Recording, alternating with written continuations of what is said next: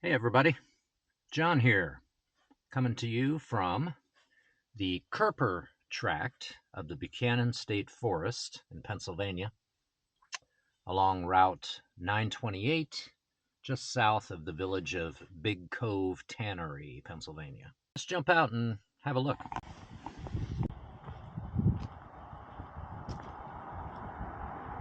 So there's a little picnic area here. Quite lovely. I was hoping maybe there would be a pit toilet here, but not the case. All right, so noted. So for our hike today, we will make sure that we have our trowel with us, just in case that's needed. Going to do a couple of trails here. You can see a post on the other side of the stream there for the Deshong Trail, which is a loop over there.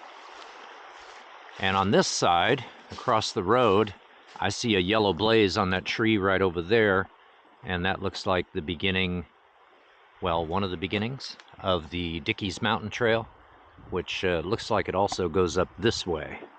So that's a loop as well, and we're going to do that one first. Okay, well, on the drive here, I decided to wear my loafers, also known as my camp shoes. So let's get our real shoes on and gather up what we need and get started. Yeah, so first we're going to do the Dickeys Mountain Trail, and we're going to go that way and do it clockwise. And we should come out there. And then the plan is to do the Deshong Trail on the other side. So right now it's 36 degrees. We're looking at a high of 44 today. So I think I'll be okay with my puffy jacket and 2 layers underneath. I've got the vest on underneath too, so that's 4 layers. Yeah, I can probably lose the vest when I start hiking, but maybe I'll take it along anyway for when we stop, just in case it's chilly. So here's a regional map which shows the 5 tracts of the Buchanan State Forest. So this is the smallest one, the Kerper Tract, and then here's a little inset map.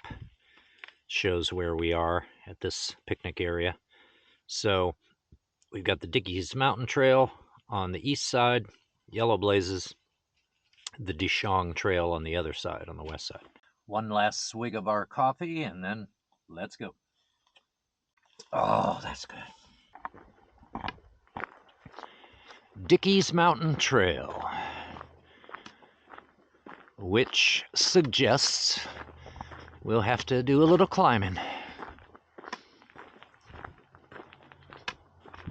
Now, I just took kind of a cursory look at the elevation just from what I could tell from the map, and it seems like it's probably just a couple hundred feet to climb. Not much more, maybe not even that. Warning, water not tested.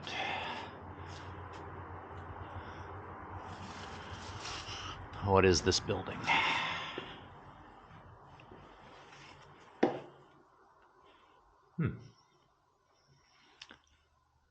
Interesting. Stump.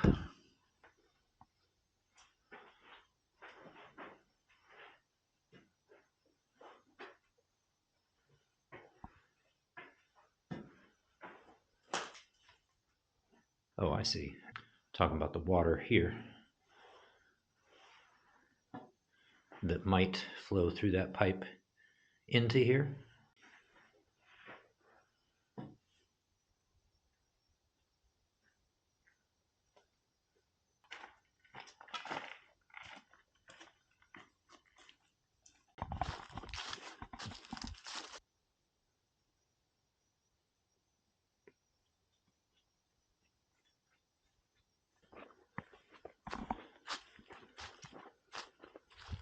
So this bench has some names in it.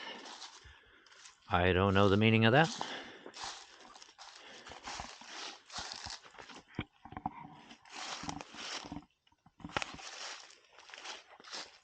But there's a Deshong, and we do have the Deshong Trail to do later. All right, I guess we're going up this way.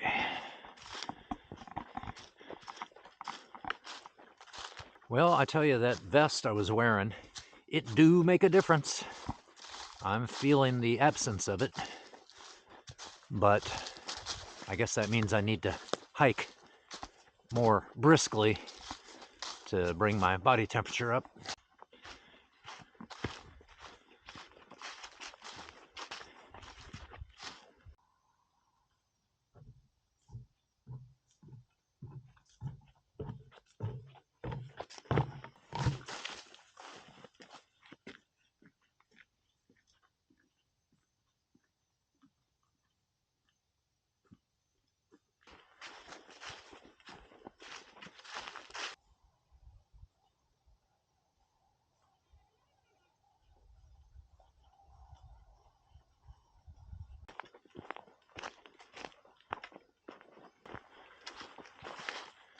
Blaze pattern tells us to take a right, coming to, looks like a road there.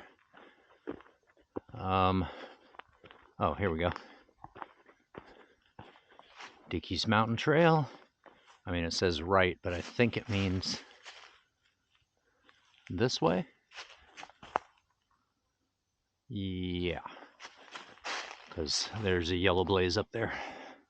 And here we are advised that the trail gets the more difficult rating.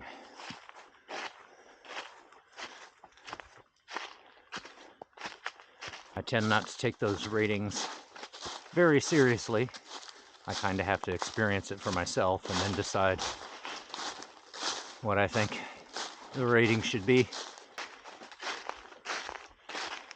We are starting to climb here, though.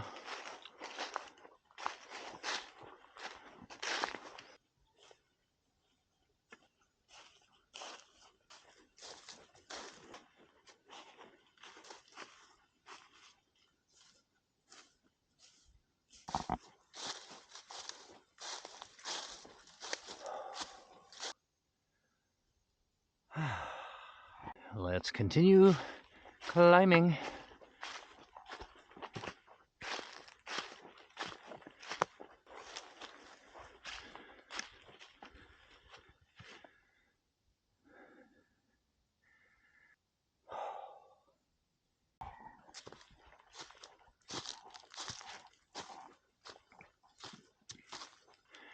What happens when we get to that crest?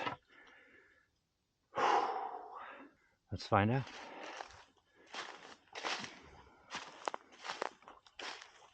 And we have our answer. The trail curves left and climbs some more. I guess the next milestone is the double blazes on the tree up there, indicating a right turn. Trail should level out there a little bit, at least briefly.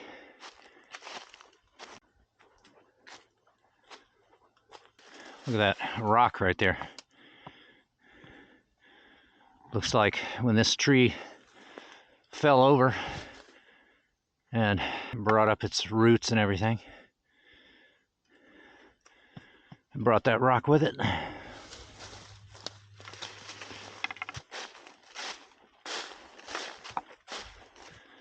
Okay. Yeah, trail is a little more level right here, but what happens just down there, who knows?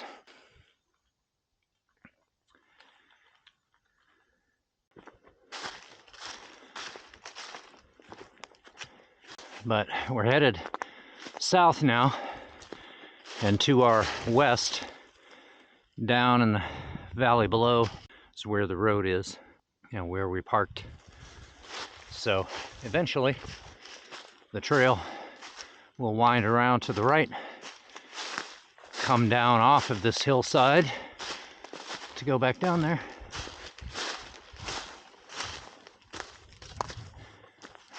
To the east, you can see still quite a bit more mountainside. So I don't know that we're going to get any unobstructed vista of anything. But we do get to enjoy some tall trees on the hillside.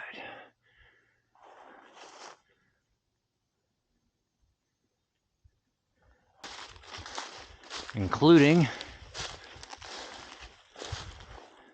this late monster.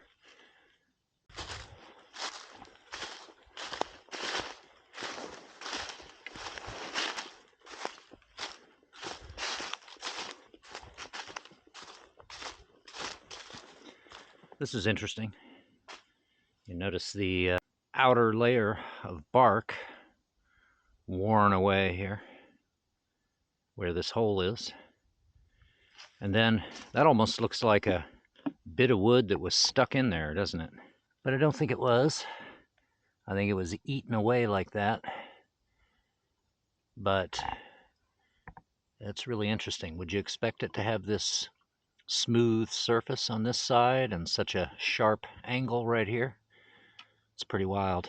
And then it's got a bunch of holes in it, pecked by a woodpecker. Looks like quite a collaboration of critters to form that. So it's a pleasant stroll for this part.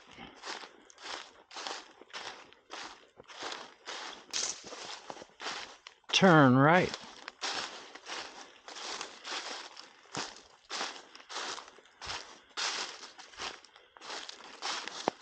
I assume here.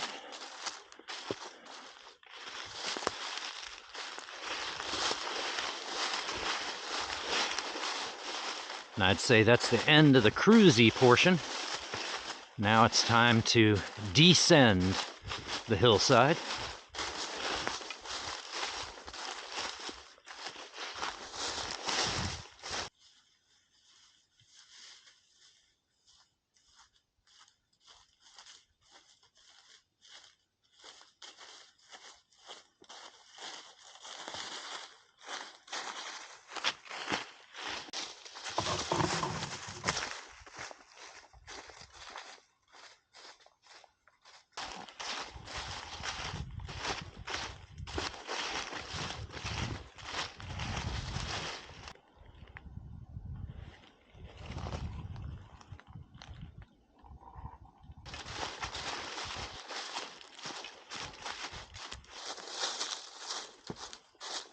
So I would say if you do the Dickeys Mountain Trail, probably doesn't matter much if you do it clockwise or counterclockwise. I would say it's going to be pretty much the same either way, because it's a matter of climbing up onto the hillside, which is not a straight, it's not straight up it, it's at an angle. And then you get to the top, the sort of cruisy flat part along the hillside over there. And then at the end of that, you go back down the hillside. So, as far as steepness of ascent or descent, seems about the same either way you do it. All right, let's see here. Well, does the trail go through there? Oh yeah, blazes down there. Okay. So, some minor maintenance is needed right here, just to clear that stuff away. I guess it would help if we remove... Oh, is that attached? Barely. So we'll just chuck this to the side. There we go.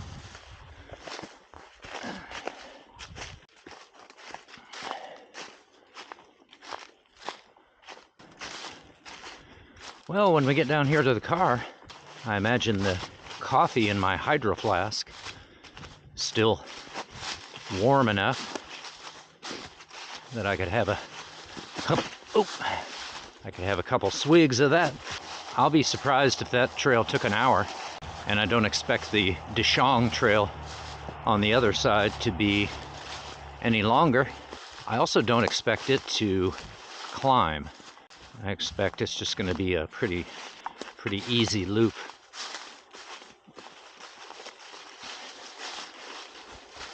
So I'm beginning to think we're going to have both these trails knocked out before lunchtime.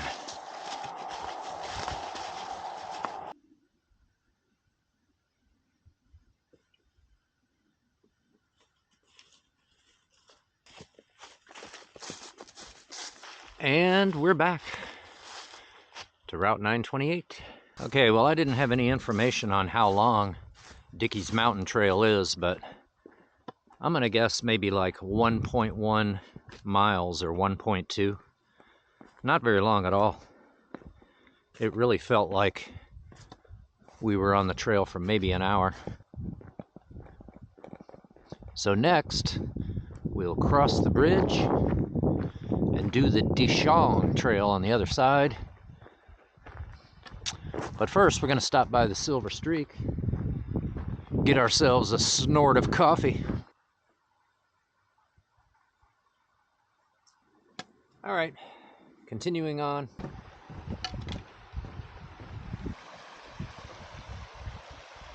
Now we did the Dickeys Mountain Trail clockwise.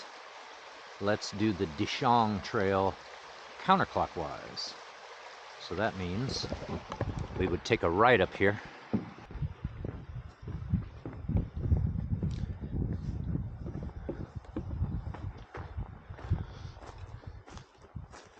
Should we try to use that thing to heat up our lunch later?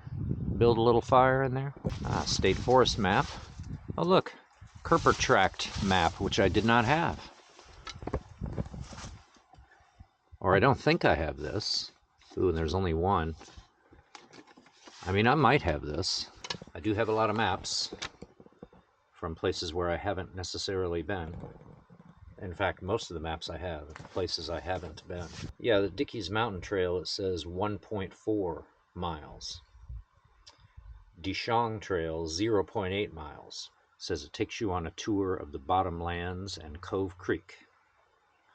Now, is this Cove Creek right here? I thought it was Esther Run, and that was based on a sign that I saw on the road on the way in when 928 crosses a bridge that's just north of here. Maybe Esther Run flows into Cove Creek there. So maybe this is Cove Creek here behind us. All right, give me a minute. Let me read this pamphlet. Okay, there's some interesting stuff here. Also known as Redbud Valley, the Kerper Tract is 514 acres, originally the property of Ohio-born lawyer and amateur naturalist Edmund Kerper, who purchased the property in 1934, built a frame house with native materials. The foundation and spring house still remain. So the spring house was what we saw when we first headed down the Dickeys Mountain Trail that way. There's also a picture of it here in the pamphlet. But it says one of Kerper's goals was to create a sanctuary for songbirds. And each spring he hired temporary workers to plant trees, flowers, and flowering shrubs, creating a kind of botanical garden and arboretum. Kerper's dream came partially true, it says, for today the area probably boasts more species of songbirds than any other spot in Fulton County. But the once beautiful, well-manicured gardens have become wild, jungle-like havens for many species of wildlife. During the 1970s, youth groups, including the Youth Conservation Corps, YCC, Neighborhood Youth Corps, and other groups constructed the trails and the stream crossings. And then it says a state-of-the-art footbridge installed over Cove Creek. So I guess that's what that is. So I guess this is Cove Creek. All right, so I don't think I need this pamphlet. I'll leave that there for someone else. And I'm feeling the need for my hat again. All right, let's do the Deshong Trail.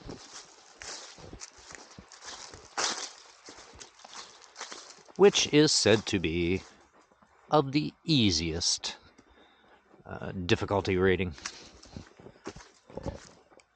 What kind of a tree is that? Now that bark pattern reminds me a little bit of loblolly pine, which Red Romer schooled me on.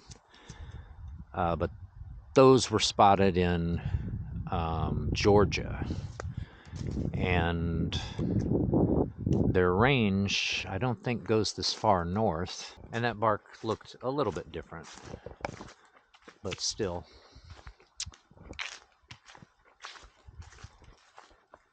I need to learn more about trees. Check out these vines that are wrapped around that one and this one here as well. Red blazes.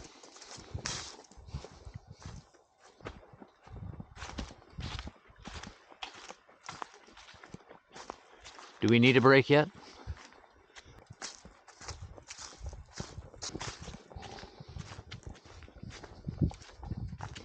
I guess my internal odometer is not too bad, huh? Because I guess the Dickeys Mountain Trail was 1.1 or 1.2 miles. According to the pamphlet, it's 1.4.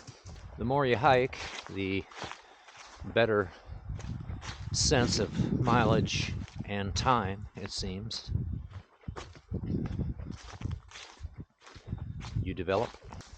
I don't know about time, but mileage becomes more important than clock time, I guess. What do we got here? Something to do with birds, I expect.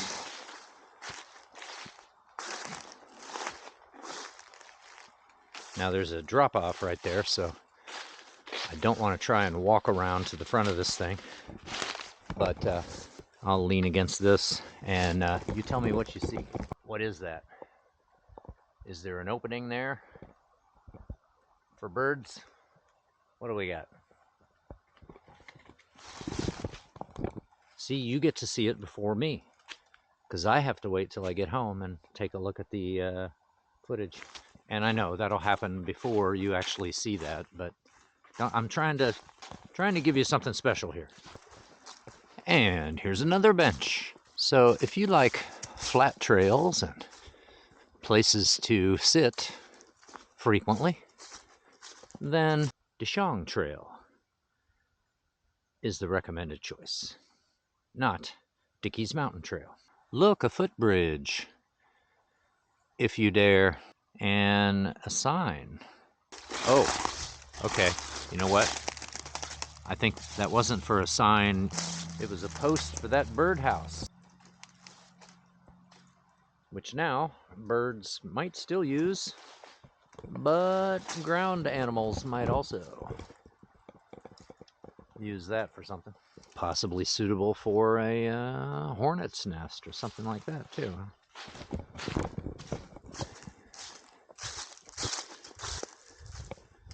And then we got a birdhouse over here. Oh, that's cool. Made out of a little bit of stump.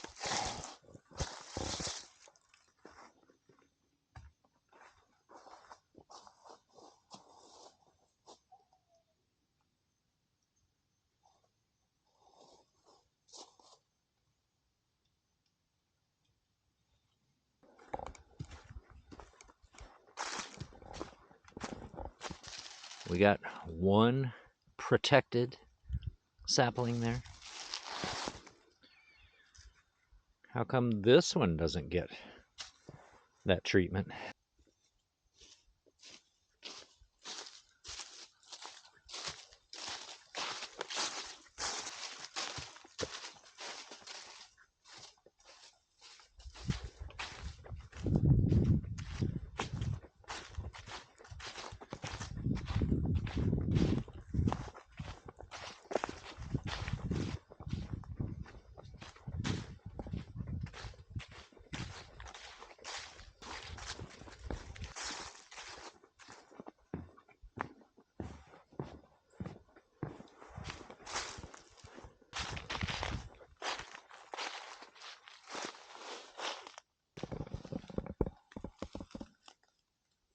Feeling like I might need the gloves again.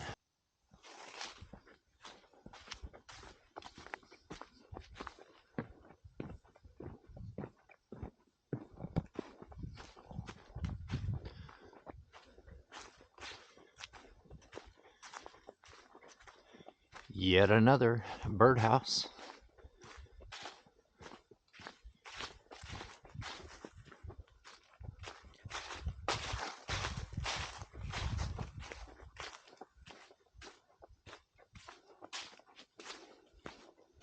And I see another one. Two more, in fact, up here on our right. There's one.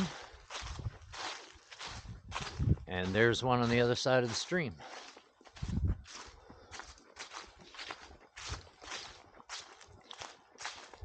Now this is not Cove Creek. I don't know what this is, but look how still the water is. And there's another birdhouse on the right, and one against this tree on the left.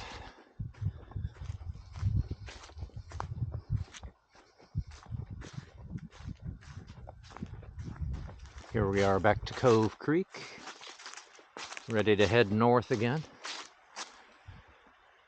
Another nice little bench right here.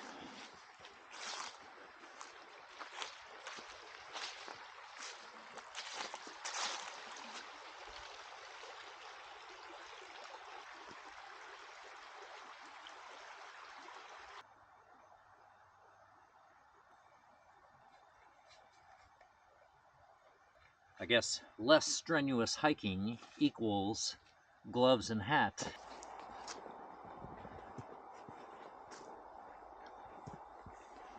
Yeah, this whole thing is pretty flat.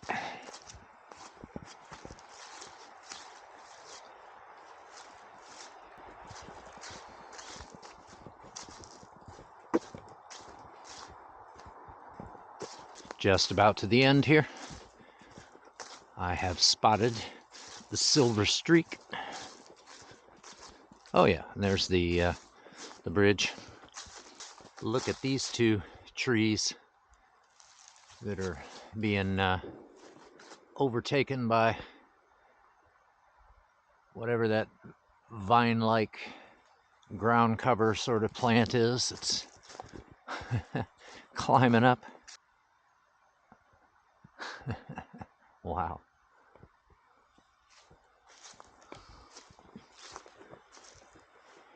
All right, we're back.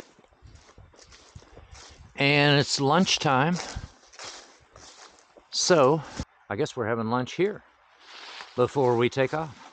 I've got the cook stove, but should we try heating up our lunch over a fire?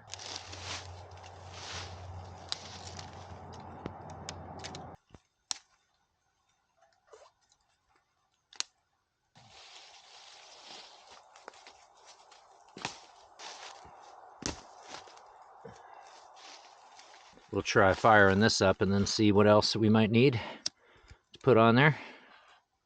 Now I brought this skillet. I brought a piece of foil that I could use to cover the skillet.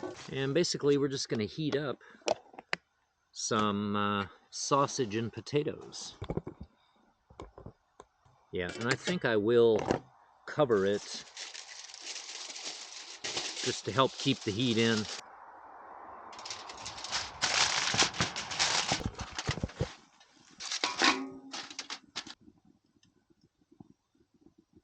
But while we're waiting for that to heat up, what else have I got to eat? This is Napa cabbage salad. It's got cabbage, it's got ramen noodles, and it looks like it has some green onions in there.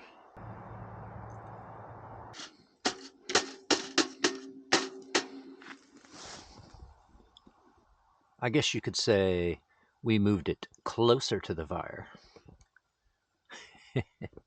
It had sat up there for a while, and I felt like it should be, you know, warm anyway. But I reached in and felt the food, and it didn't, you know, it felt kind of, didn't feel that hot, so. Oh, you can hear it sizzling now. So yeah, I said, let's just put it right on the fire. See how we do. Is it hot enough? Let's find out. Let's try a potato. Ooh, look at it, smoking, steaming.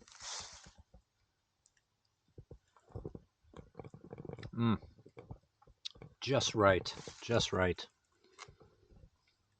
How about the sausage? Yeah, you can see it burned a little on the bottoms. Or maybe just the two pieces. How about this one?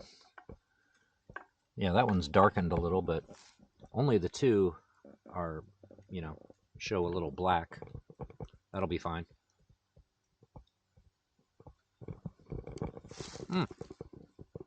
Yep. Perfect.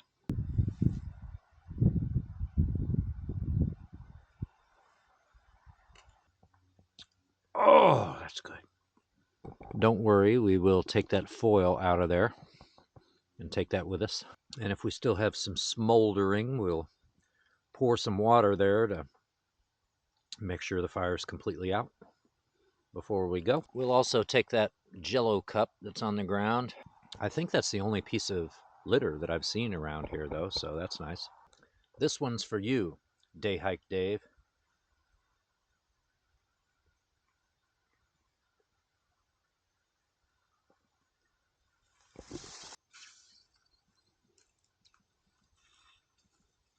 Here's our trash to take out.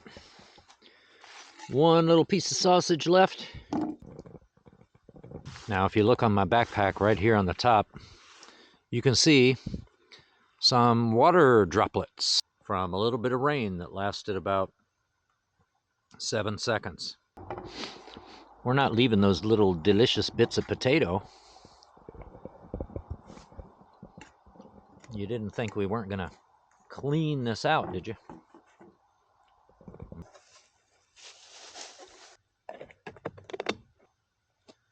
That was a very satisfying lunch.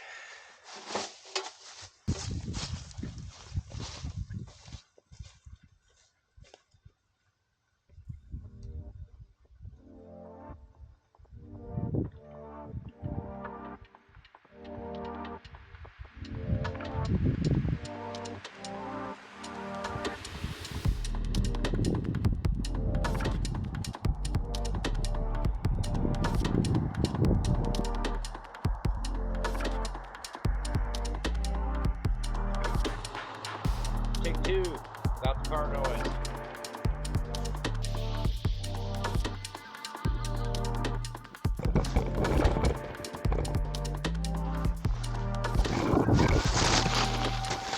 Chuck this to the side.